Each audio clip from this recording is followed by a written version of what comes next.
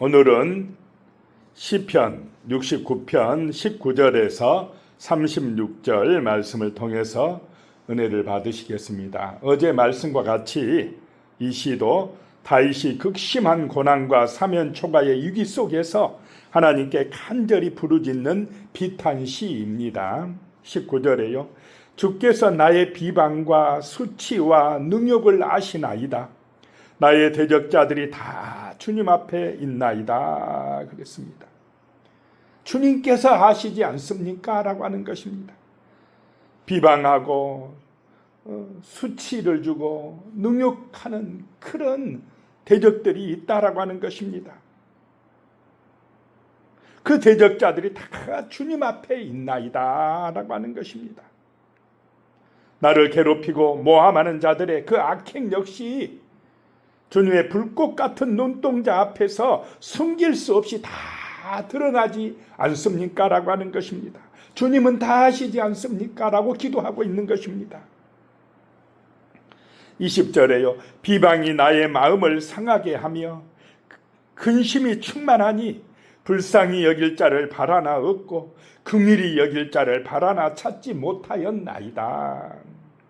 비방이 나의 마음을 상하게 한다라고 하는 것입니다. 시기하고 비난하는 그런 말들을 들을 때에, 모욕하는 말을 들을 때에 얼마나 다윗의 마음이 상했겠습니까? 힘들었겠습니까? 그래서 근심이 충만하다라고 하는 것입니다. 나를 좀 불쌍히 여길 자가 없나 바라보지만은, 긍휼히 여길 사람이 없나 찾아보지만은 아무도 없다라고 하는 것입니다. 21절에요. 그들이 쓸개를 나의 음식물로 주며 목마를 때에는 초를 마시게 하였사오니. 쓸개는 먹을 수 없는 아주 쓰고 해로운 것을 말합니다. 극심한 고통 중에서 사람을 위로해 주기는커녕 오히려 먹을 수 없는 독한 것을 주어서 괴로움을 가중시킨다는 것입니다. 목마를 때에는 초를 마시게 하였사오니, 갈증으로 목이 타들어가는 사람에게 신포도주나 식초를 주어서 더 목마르게 그렇게 해서 모욕을 준다는 것입니다. 이 말씀은 십자가 처형이란 인류 역사상 가장 잔인한 형벌 속에 서서 육체적, 영적 갈증을 겪고 계시는 예수님에게 무리들이 쓸개탄 포도주를 주어서 마시게 하려고 했다. 그곳에서 이루어졌다는 것입니다. 예수님의 그 십자가의 아픔을 그들은 마지막까지 조롱하고 정말 모욕하고 그렇게 하였습니다. 22절에요. 그들의 밥상이 올무가 되게 하시며 그들의 평안이 덫이 되게 하소서. 그럼 어떤 사람들이 그렇게 모욕하고 비난합니까? 풍요로운 사람들이 그랬다는 것입니다. 기득권자들이 그랬다라고 하는 것입니다. 여기서 밥상은 풍요로움, 안전, 그리고 축복의 자리를 상징합니다. 그 밥상이 그들에게 올무가 되게 하여 주시옵소서라고 기도하고 있습니다. 그들의 평안이 덫이 되게 하여 주시옵소서. 다윗은 지금 오직 누구만 바라보고 믿고 의지합니까? 하나님만 바라보고 있다는 것입니다. 악인들은 하나님 없이도 스스로 안전하다고 생각하고 그렇게 살고 있습니다. 그들의 평안이 덫이 되게 하여 주시옵소서라고 기도합니다. 하나님의 은혜 안에 있을 때 진정한 평안이요 안전인 줄로 믿으시기 바랍니다. 23절에 그들의 눈이 어두워 보지 못하게 하시며 그들의 허리가 항상 떨리게 하소서. 악행을 하면서도 그것이 죄인 줄 모르는 자들에게 영적인 맹인이 되는 심판이 임하게 해달라라고 하는 것입니다. 그들의 허리가 항상 떨리게 하소서. 허리는 인간의 힘, 권력, 그리고 지탱하는 힘의 원천을 상징합니다. 따라서 허리가 떨린다는 것은 힘의 근원이 무너져서 극심한 공포와 불안, 무기력함에 사로잡히게 된다는 것입니다. 악인들에게 그렇게 해달라라고 기도하고 있습니다. 24절에요. 주의 분노를 그들 위에 부으시며 주의 맹렬하신 노가 그들에게 미치게 하소서. 주의 분노를 그들에게 부어 주시옵소서라고 기도합니다. 하나님의 손에 맡기고 의지하고 있는 것입니다. 주의 맹렬하신 노가 그들에게 미치게 하소서. 맹렬한 노는 원어적인 의미로 불타는 듯한 진노를 말합니다. 악인들이 쌓은 죄악의 무게만큼 하나님의 공의로운 심판이 불길처럼 일어나서 그들을 심판해 달라라고 하는 것입니다. 그래서 25절에 그들의 거처가 황폐하게 하시며 그들의 장막에 사는 자가 없게 하소서라고 하고 있습니다. 그들의 거처는 악인들이 안전하게 머물며 악을 도모하던 요새와 같은 집을 뜻합니다. 그것이 황폐하게 해달라라고 기도하고 있습니다. 그들의 장막에 사는 자가 없게 해달라는 것입니다.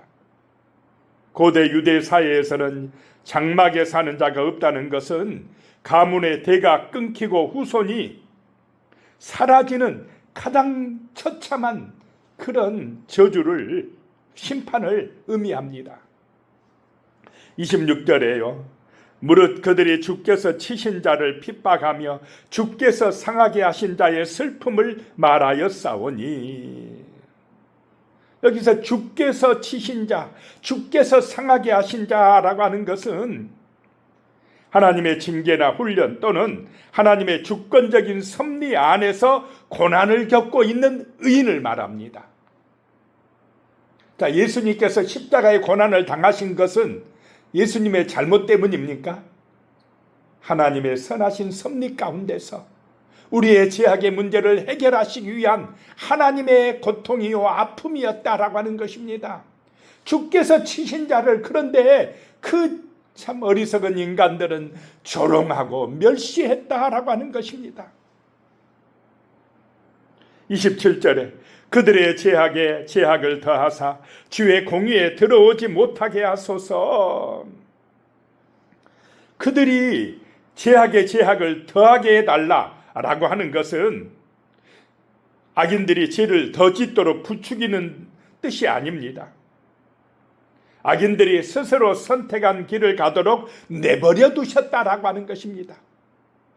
하나님 앞에 버림받은 것, 내버려 두신 것, 이것이 저주요 심판이다라고 하는 것입니다. 그 죄악의 대가를 누가 받게 됩니까? 이제 그들 자신이 받게 된다라고 하는 것입니다. 그것이 참 구원받지 못한 인생의 비참함이다라고 하는 것입니다. 28절에 그들을 생명책에서 지우사 의인들과 함께 기록되지 말게 하소서. 그 악인들을 내버려 두사 생명책에서 지워버려 달라라고 하는 것입니다. 이게 참 저주입니다. 29절에 오직 나는 가난하고 슬프오니 하나님이여 주의 구원으로 나를 높이소서. 오직 나는 가난하고 슬프오니, 다윗이 지금 가난하고 슬픈 사람입니까? 여기서 가난하다라고 하는 것은 단순히 물질적인 궁핍만을 뜻하지 않습니다. 원어적인 의미로 낮아진 자, 억눌린 자, 스스로의 힘으로 아무것도 할 수 없는 자, 오직 하나님을 바라보는 사람이 심령이 가난한 자인 줄로 믿으시기 바랍니다. 하나님이여 주의 구원으로 나를 높여주시옵소서. 하나님이 높여주시옵소서라고 하는 것입니다. 30절에요. 내가 노래로 하나님의 이름을 찬송하며 감사함으로 하나님을 위대하시다 하리니. 지금 문제가 해결되어서 찬송하겠다라고 하는 것이 아닙니다. 대적들은 그대로 있고 모함하고 정말로 시기하고 비난하는 사람들은 그대로 있지만 내가 기도함으로 하나님의 이름을 찬송하며 감사하리라 라고 하는 것입니다. 은혜 받음으로 그렇게 되는 줄로 믿습니다. 31절에 이것이 소 곧 뿔과 굽이 있는 황소를 드림보다 여호와를 더욱 기쁘시게 함이 될 것이라.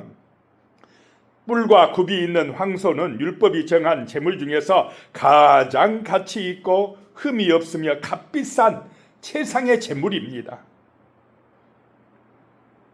그런데 그 황소를 드림보다 어떻게 하는 것이 여호와를 더 기쁘시게 하느냐? 하나님의 이름을 찬송하며 감사함으로 그분의 이름을 위대하시다라고 하는 이것이 더 하나님을 기쁘시게 한다라고 하는 것입니다. 진정한 찬양과 감사의 고백이 하나님 앞에 연락되는 줄로 믿습니다. 32절에요. 공고한 자가 이를 보고 기뻐하나니 하나님을 찾는 너희들아 너희 마음을 소생하게 할지어다. 공고한 자들, 세상에서 억울한 일을 당하고 마음이 무너지고 삶의 고통으로 신음하는 그런 약자들이 이 소식을 듣고 기뻐한다라고 하는 것입니다. 하나님을 찾는 너희들아 마음에 은혜가 임할지어다, 이 말이야. 마음을 소생받을지어다 라고 하는 것입니다. 33절에 여호와는 궁핍한 자의 소리를 들으시며 자기로 말미암아 갇힌 자를 멸시하지 아니하시나니. 궁핍한 자의 기도 소리를 들으시며 갇힌 자들을 멸시하지 아니하시는 하나님이시다라고 하는 것입니다. 34절에요. 천지가 그를 찬송할 것이요 바다와 그 중에 모든 생물도 그리할지로다. 하나님을 찬양하는 것은 인간들만이 아닌 줄로 믿으시기 바랍니다. 하늘과 땅이 천지 만물이 다 모든 생물들이 하나님을 찬송하리라 라고 하는 것입니다. 35절에 하나님이 시온을 구원하시고 유다 성읍들을 건설하시리니 무리가 거기에 살며 소유를 삼으리로다. 시온과 유다 성읍은 하나님의 임재가 있는 곳입니다. 하나님의 백성들이 모여 사는 거룩한 공동체를 말합니다. 하나님께서 건설하시고 하나님의 백성들이 거기에 살게 해주시리라 라고 하는 것입니다. 악인들은 심판하지만은 거룩한 백성들에게 하나님께서 은혜를 베풀어 주시겠다라고 하는 것입니다. 36절에요. 그의 종들의 후손이 또한 이를 상속하고 그의 이름을 사랑하는 자가 그 중에 살리로다 라고 말씀합니다. 고난 중에서도 믿음을 지켜낸 사람들을 하나님은 그의 종이라고 불러주십니다. 그리고 축복과 구원의 은혜가 당대에만 머무는 것이 아니라 후손들에게까지 이어질 것이라 라고 말씀을 하고 있습니다. 주님을 사랑하는 자들에게 이런 복이 임할 줄로 믿습니다. 기도하겠습니다. 하나님 아버지, 고난과 시험을 당하지만 다윗이 어려움을 당하지만은 주님을 의지하고 기도할 때에 하나님께서 은혜 주십니다. 지켜주십니다. 구원해 주십니다. 다윗은 그런 고난과 시험 중에도 하나님을 찬송하며 하나님의 이름이 위대하시다고 정말로 선포하고 있는 것을 보게 됩니다. 하나님 아버지, 우리에게도 이런 은혜를 내려 주시옵소서.